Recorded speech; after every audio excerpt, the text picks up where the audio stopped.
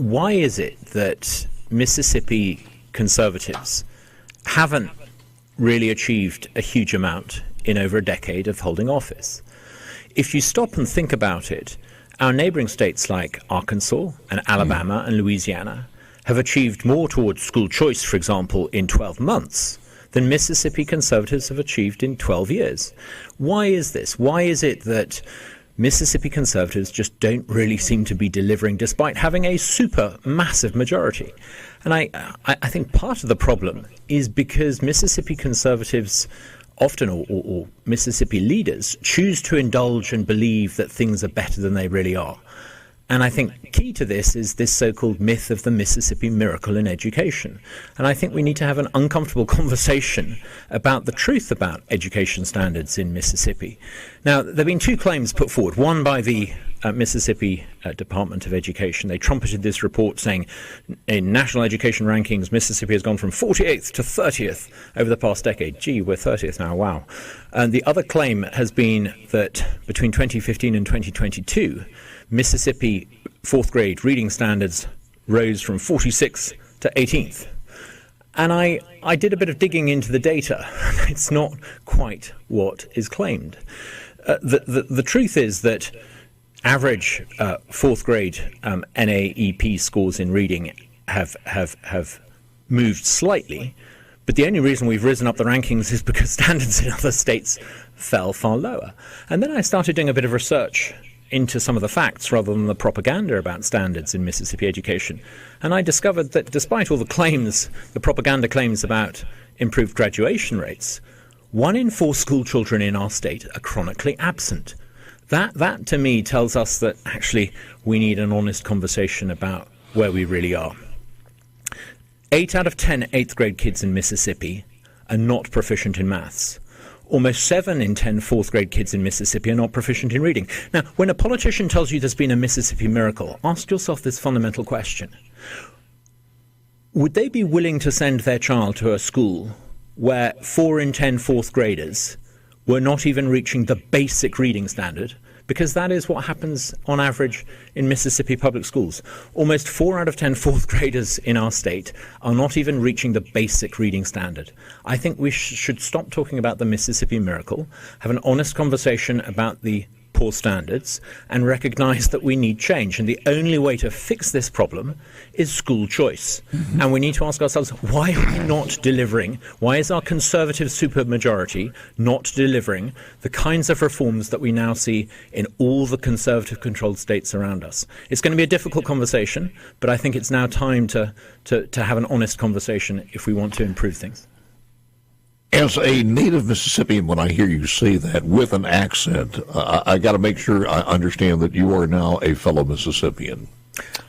This is my home. I love it. I understand that, and we love you to death.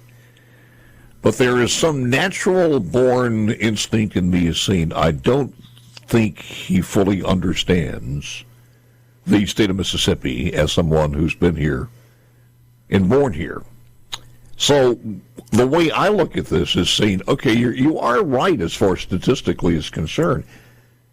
And you look at 140 years of Democrat-controlled, total controlled supermajority. When the opposing party can meet in a phone book, it would be a long time of Democrat rule.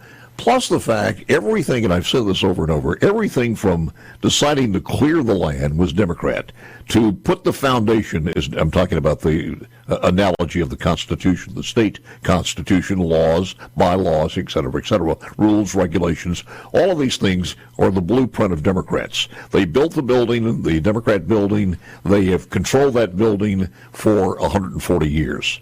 So in 12 years...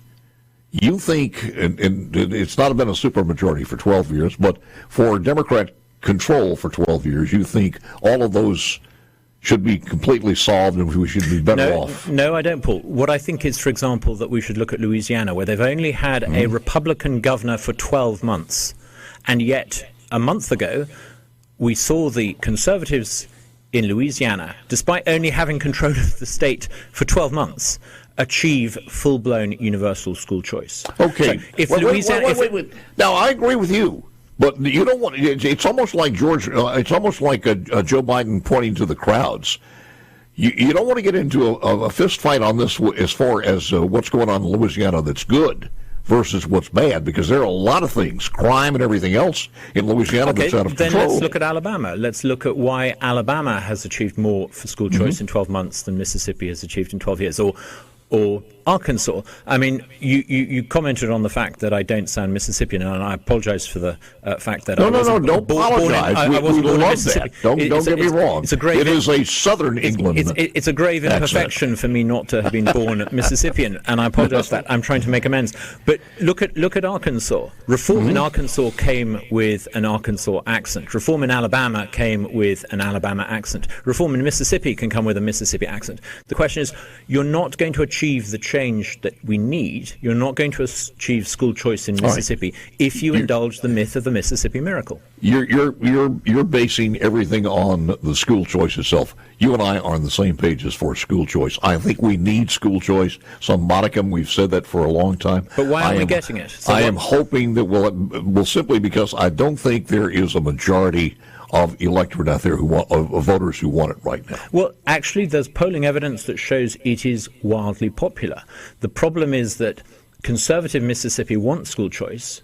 The leaders of conservative Mississippi are not giving it. There's a disconnect between what conservative Mississippi wants and what conservative leaders are giving. The issue is not the people don't want it. The issue is that the leaders are not providing leadership. When you say want it, how do you define it? It's almost like a Democrat saying, I want to get gun control. School choice. And what is an assault rifle? School choice. What is school choice? School choice is giving mums and dads control over their share of tax dollars. It's not about just having 8 charter schools. It's about universal school choice so that every mum and dad in Mississippi would get between $7,000 and $9,000 a year paid into an account which they could then allocate to a school of their choice. This is and where we're having some problems with that is there are some people who says if you're going to private school right now, if you are someone who's making $400,000, $500,000, $600,000 a year, $1 million a year, your tuition is also going to be paid for through that, and you're included in that.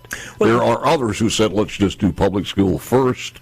So we're not all. We'll continue to talk about it. Nobody's. I don't think we're all on the same page on that yet.